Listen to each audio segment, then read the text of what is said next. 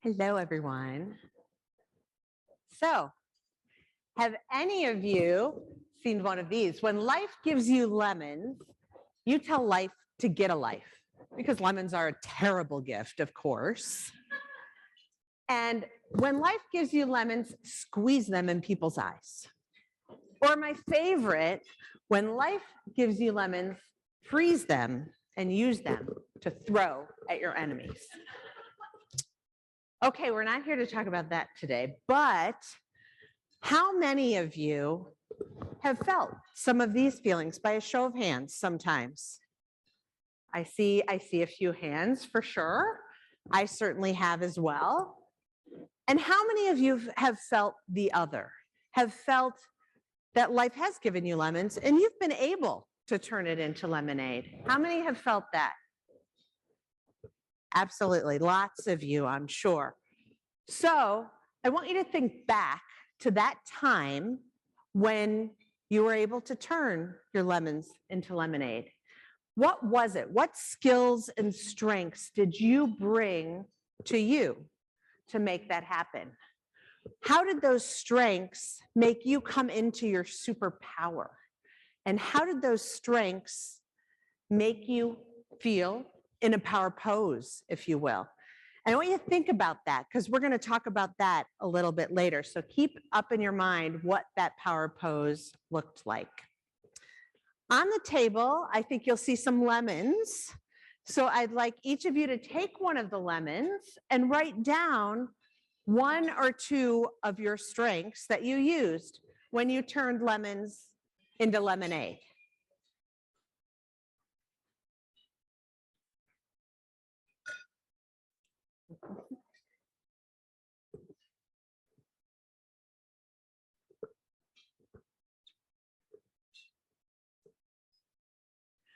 All right.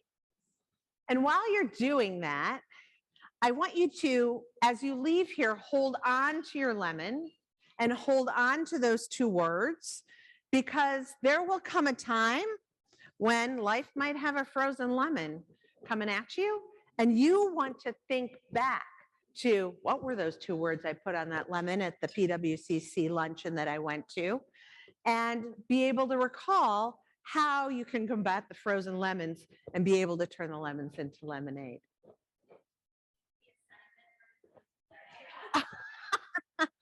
Absolutely. So take your lemon, think about the time when you were able to turn lemons into lemonade, and what were your top two strengths that you brought to the table? Maybe it was confidence, maybe it was resiliency, maybe it was being democratic, maybe it was kindness. Whatever the examples were, put those two things down. Okay. So I'm going to share a little bit about my story. And when I do that, I want you to keep thinking about your strengths. And I'm going to share some of my strengths that I used as some pretty big lemons were thrown at me. So without further ado, I wanted to say one of my most proud accomplishments is I'm a mom. And like any moms out there, I have to brag a minute about my girls. So I have three amazing girls. My oldest daughter, Katie, on the left, is a senior graduating college in 2 months. Scary, it goes fast. And my daughter on the right, Sarah, is at the College of Charleston. She's a freshman. And I have one daughter left at home, Caroline, and she's a junior in high school. So, and with, of course, our dog, Bruno. I can't forget Bruno. And he would never let me forget Bruno. So in addition to being a mom, I'm a business leader, I'm an entrepreneur, but I'm also a widow. And my widow story is a little different than most. It certainly has put me on a trajectory that has made me incredibly resilient, resourceful, focused, relentless for sure. And my daughters say, I'm a badass. And thank you. And I've got to say, I was not a badass before. That is for sure. That was not a word that would have ever described me, but it's one that I'm pretty proud of. So I want to bring you back to a day that changed my life forever, changed my daughter's lives forever, and definitely the community around us, their lives forever. It was a beautiful day, July 31st, 2014, and I went out for a run. Why not? Beautiful summer day. And I come back, I'm inside my house, and I hear a knock on the door. It is my local police officer. And he is standing there with a card, not too much different than this. And he says, Jody, your husband has been gravely injured, and I need you to call this Chicago police officer. And I say, okay, more information, please. What happened? And he would give me none. He just kept repeating the same information. So I took the card, I went outside for some privacy since I had children inside, and I called that Chicago police officer, who basically said the same thing. Your husband has been gravely injured. Please, do you have a ride downtown? He added that message. And I said, of course I have a ride downtown. And I called my dad, of course. And I thought for a minute, well, maybe Steve, that was my husband, maybe he was hit by a car, because our offices were in the Loop. He walked to a lot of appointments. He liked to get his steps in. So that was the first thing that popped into my mind. But 3 minutes after I called that Chicago police officer, a reporter calls me. And that reporter tells me, your husband has been shot at work by an employee that he had demoted 3 days prior, who came back and shot my husband. And that was obviously difficult news to receive, but yet it's a reporter. And so it's still kind of swirling in my head. And now I have to go inside and I have to tell my kids, that something's going on. And I don't know how you do that. And I still really to this day don't know how you do that. And I walked into the house, and frankly, the feeling that I had is very similar to the feelings that I've heard listening to the news reports about the Ukraine, with these moms, with these children, and they're crossing the borders or they're hiding in subways, and they're trying to keep a strong face. They want their children to think it's gonna be okay. And that was kind of a similar feeling I had. I did not tell my children then that their dad had been shot. I just said, dad's in surgery and mom's got to go downtown and Nana's going to come here and take care of you. So at that point, I leave with my dad. There's 2 separate experiences happening. There's the experience of my daughters who are now home and everything that's going on there with them and my mom and the community and therapists and all of that stuff. And then there's my dad and I driving down I-55. Beautiful sunny day, bright blue sky. And we're getting closer to the Loop. And I see hovering over the Loop helicopters. There were 3 news helicopters hovering over our building, monitoring the scene. This is what was there. This is right around the corner from here. This is on LaSalle and Jackson, and they had to evacuate the whole area. And this is a high density office area. And so all these people were standing around thinking, wow, this happened in an office very close to mine. This could happen at my office. And that's pretty scary. So not only is it scary for me, but it became a reality and a scary situation for a lot of other people. So we get down, my dad and I, to Northwestern Hospital, which is where my husband was, and there's reporters out front. And fortunately, there was an ambulance that pulled up right at the same time that we arrived. And so I scooched inside so they didn't see me. And my husband underwent 2 surgeries that day. He never regained consciousness, and he did pass away 3 months after that. But it's hard because that first night, I didn't sleep, of course, and I'm with a friend, thank goodness, and I'm seeing my husband lie there for the first time since I've seen him since the surgeries. And that morning, it dawned on me for the first time, okay, I'm taking care of 3 girls. I've taken care of my husband's uncertain self and health, and now I have a business to run. So I want to tell you a little bit about our business. How many of you out there are entrepreneurs? Raise your hand. I knew there would be a fair number in this group. So some of the details of how we started our business might resonate with you. So I'm going to go backwards now to 2000. So this is when we started the business. My husband and I are taking our first trip after the birth of our first child and excited to be away by ourselves. And he's doodling on a napkin on the airplane, and bam, that's his light bulb moment for the birth of our company called Aerostream.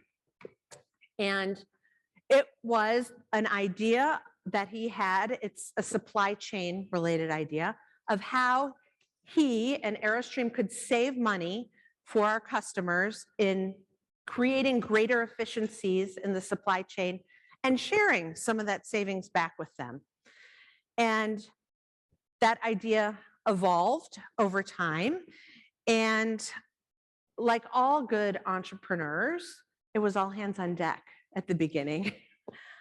So I was helping with a little human resources. I did a little marketing. I did a little sales. I did a little, goodness, a little bit of everything, as we all did, office management. And Airstream was our 4th child. And so it was something that is near and dear to us, kind of like our 3 other kids, but something that we really talked about a lot. And so over the years, I learned a lot, and I was a real advisor for my husband, and we hashed out a lot of business problems and ideas and those sorts of things. So we continued to have more children, and then we decided that I was going to stay home with our children for what turned out to be 8 years. So when 2014 happened, I had not been operational in the business, if you will, for 8 years, but again, an advisor. And I knew our customers, I knew many of the employees, I knew the direction of the business. So it wasn't that hard to step in from that capacity, but I remember that first day on the job in 2014, and I look at the financials and I look up and I'm like, is that all the cash we have? Whew. It was a little scary. I was thankful I was in shock based on what was going on with my husband at the time, because the ship could have gone a different direction, let's just say that. And so we did a number of things. We didn't backfill positions for a little bit to save some money. We did, fortunately, have business disruption insurance, which meant we got a bunch of cash, which helped us. And most importantly, is I had an amazing team at Aerostream. Everyone loved Steve. Nobody wanted the ship to go down. The day after this happened, the employees were on the phone with our customers, reassuring them that everything is going to be okay. It's business as usual. And I'm proud to say we did not lose any customers because of what happened. And that is all thanks to the Aerostream team. And think too, unfortunately, in these situations, the employees are first responders. So the stress and grief and tragedy they were feeling and still able to operate was huge. And I'm forever thankful for them for that. So of course, problems arose, as they do, and I juggled a lot, and I felt like this a lot. One thing would come up here and I'd pound it down, and one thing would come up here and I'd pound it down. And frankly, I got to a point where I had so much throwing at me.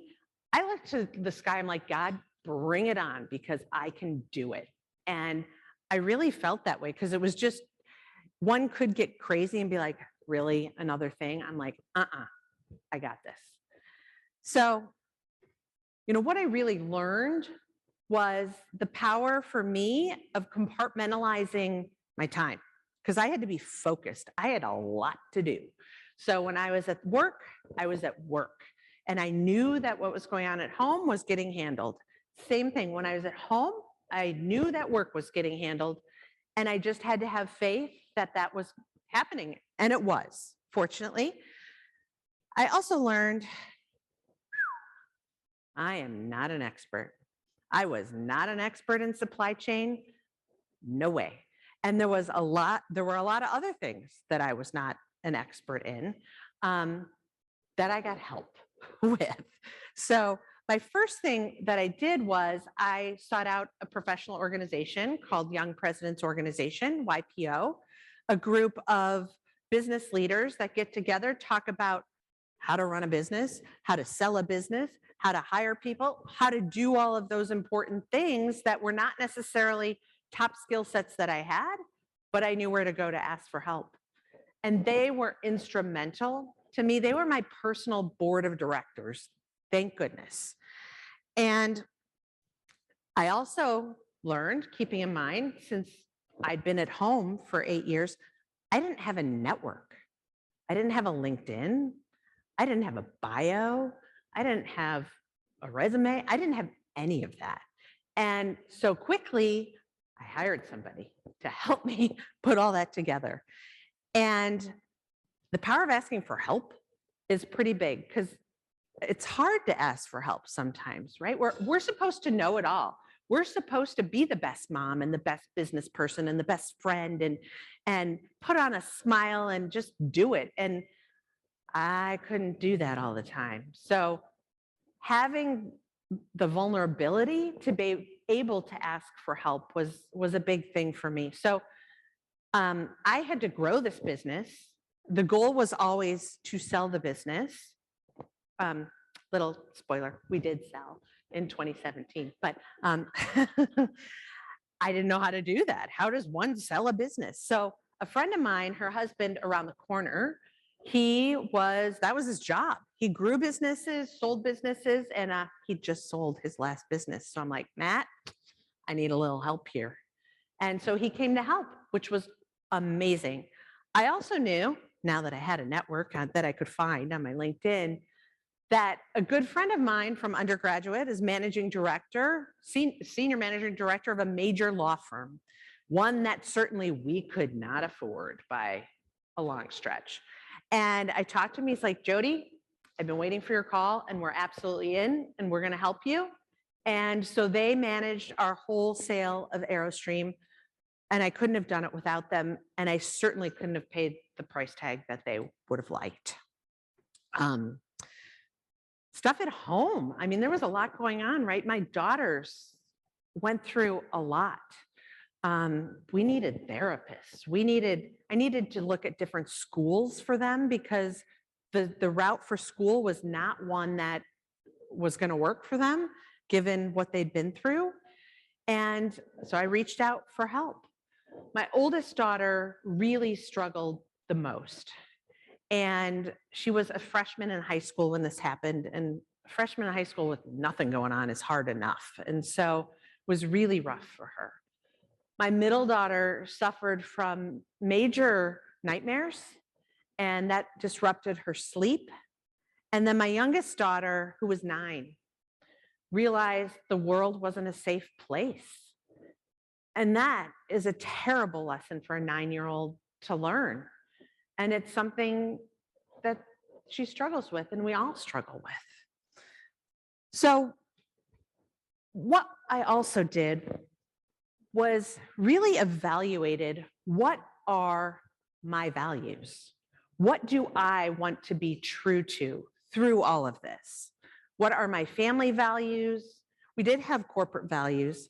And of course, there's a thread that it goes between and amongst all of those. But I hadn't really sat down in a long time and wrote, okay, well, what are my values? So I actually put pen to paper and dug a little deeper. Okay, yes, family is a value, but what does that really mean? And how am I going to really execute on that? So digging deeper in those, and that really affects all of my decisions. And there was a moment with my older daughter that frankly, she wasn't living up to any of the values. And I had to sit down with her and have a really tough conversation and say, you know what? You're not living up to any of our values, and that is not going to work. So we're going to figure out how to move your compass back to the right place. And I'm happy to say it worked. It took a lot of work, but she and all my daughters are in an amazing, strong place. So after the sale of Aerostream, which did go through in 2017, my slate swiped clean. I wanted a fresh start. So how do you approach that? Like, wow, I could do anything. What is it that I want to do? And how do you go about that? And how do you figure that out? And I am very much of a type A. There's probably some of you out there too. So I'm a very process person.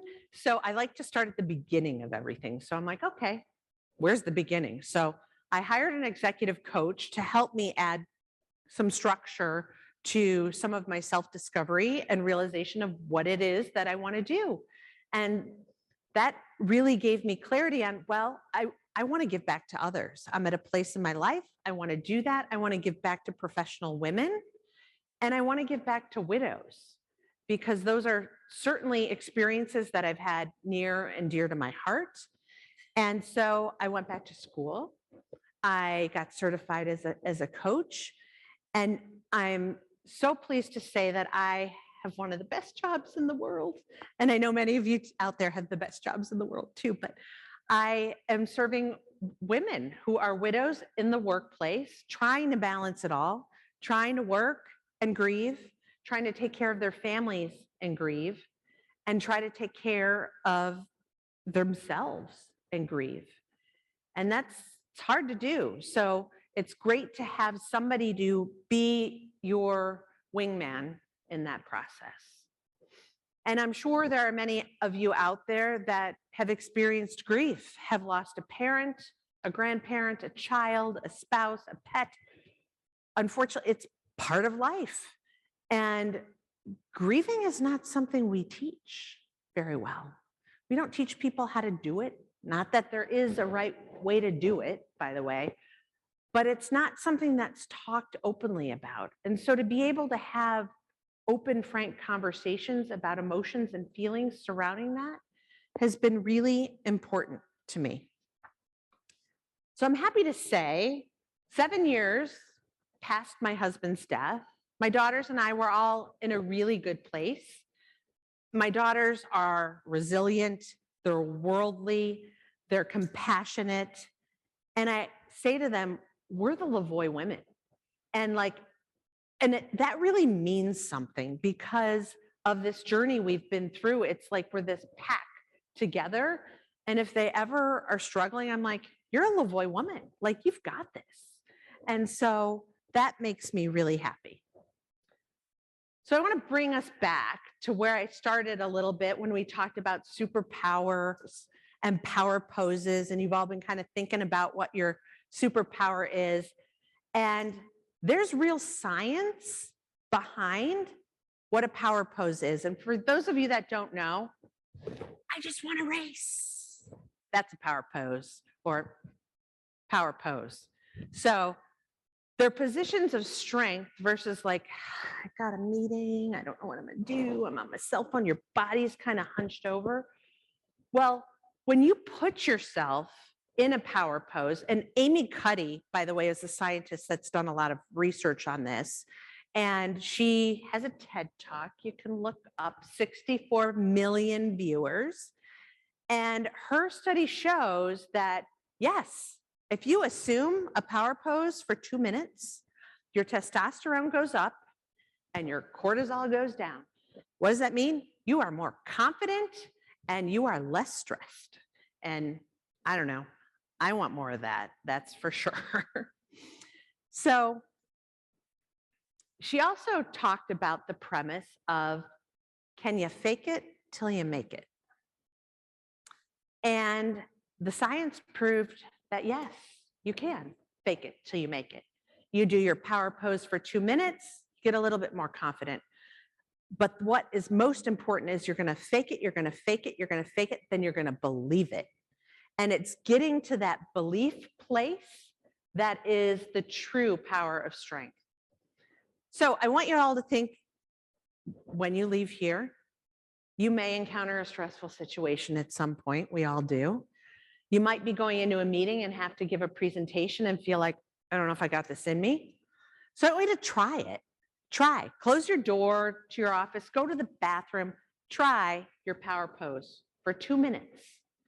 And you will go into that room with more confidence and less stress and be able to knock that presentation out of the park.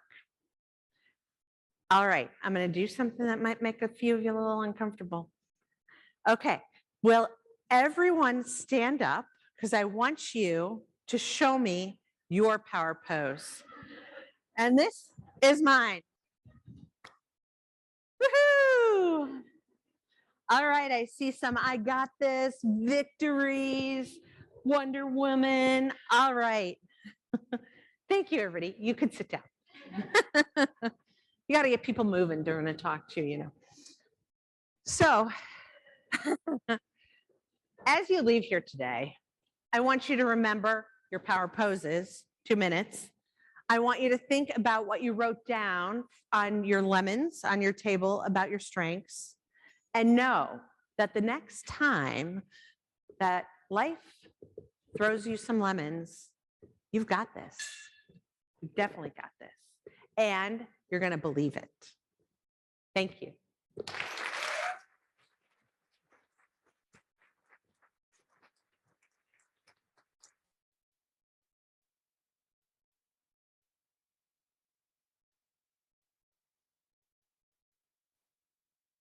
Thank you so much, Dodie. I know I'll be doing that power pose before some of my meetings. We have some time for a few questions. So I think there will be people walking around with mics. Go for it.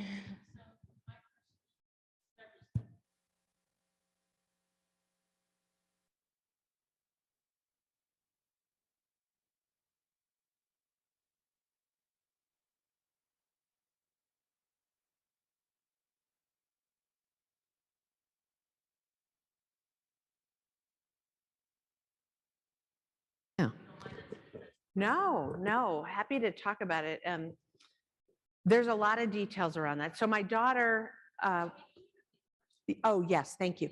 So the question was around my daughter and her values and kind of what had her core values and what had fallen off the map for her.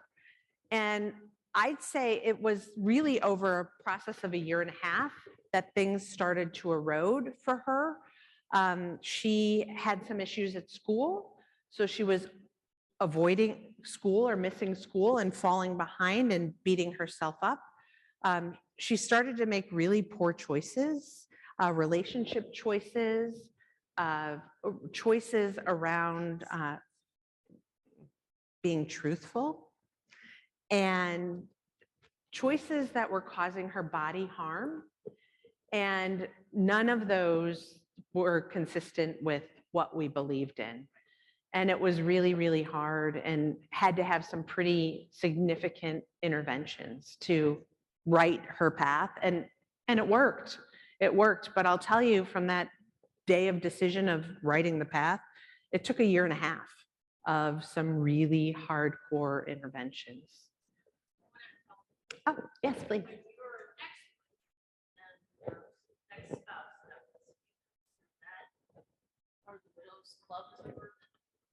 Yeah. Look at an ex-wife thinking it's not really real. Like, oh no, should let that guy die a long time ago. I don't necessarily. I very happy. Absolutely. The question was, if you're an ex-wife and your ex-spouse passes away, are you, I don't know, say, are you can you grieve? How are you part of the widows club as well, even though it was your ex-spouse? And I would say yes, because your feelings are your feelings, and being able to process those, even though you're not married to that person, are still your feelings. So yes, part of the widows club. I'm Andrea Metcalf. Sorry about that being so loud. First off, my mom was thrown in the same situation, not in the same quite way, but my dad died suddenly and she had to walk into a business. Thankfully, you had some expertise. But with that in mind and knowing how you've had a couple of entrepreneurial experiences and trying to think of the power and the strength that you're talking about, are there some key things that you think as an entrepreneur are the elements of success, or you've got to do this right in the beginning because here you've built a couple of really amazing companies and women? Yeah. Oh, thank you. So the question is, as an entrepreneur, what are some of the key strengths or tools in your toolkit that are helpful in building a business? You know, frankly, the first one I mentioned, asking for help, because it's hard as an entrepreneur. You could sit there and go, okay, well, I really could and should like do the marketing and do the books and do the this and do the that. But I challenge you to think about how much time you're taking away from your actual revenue generating activity of securing clients or whatever you're doing to do these other activities that you could hire out that early on will cost you some money, but in the long run you'll end up ahead because you will have been working on your revenue generating activity. I am also a big fan of surrounding yourself with others who are doing the same thing, not necessarily in the same industry, but be around other people that are starting businesses, just and kind of are at the same space as you, because that's super helpful. You're all going through it together, and really, and take care of yourself.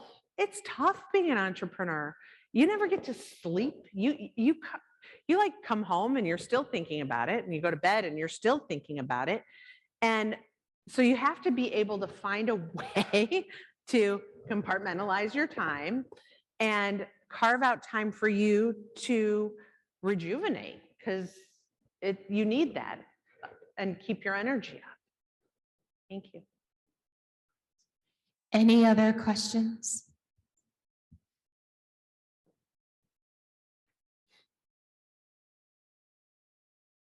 Hi there, my name is Rachel. Thank you again for speaking. You had an amazing story. I was wondering if you had any daily habits or rituals that got you through such a hard time that was able to contribute to your success.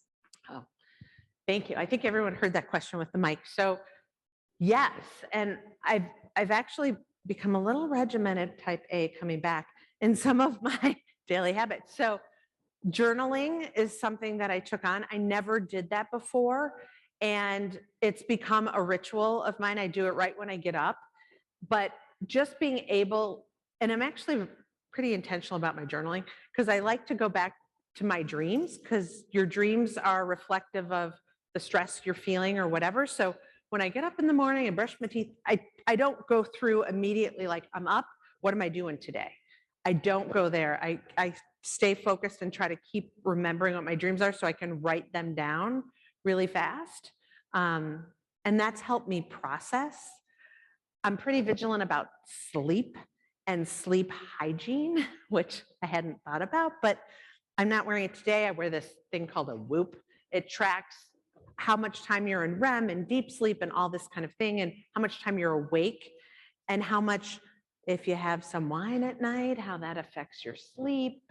And it's huge, by the way. Like if I have some wine at night, my resting heart rate goes up 10 points. 10. That's a lot. And so just being aware of some of those things. But if you don't get enough sleep, you're messed up, and your whole day's messed up. And so sleep is important to me. Certainly exercise, I build that in definitely 4 times a week, usually 5. One of my workout partners is here, Kate. So she's with me pounding our weights.